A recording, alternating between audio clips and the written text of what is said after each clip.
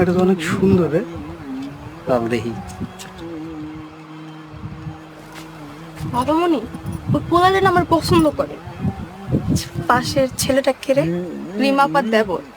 Wow, কি sweet, কি cute. কইছে না আপনার কিউট বটের হাড্ডি।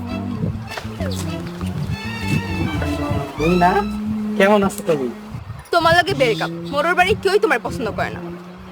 হ্যালো, আমি লোটাস। আমি লতিফ। আবার করছেন কি? মোর বাড়ি কেউ দেখলে আগুন লেগে যাইবো।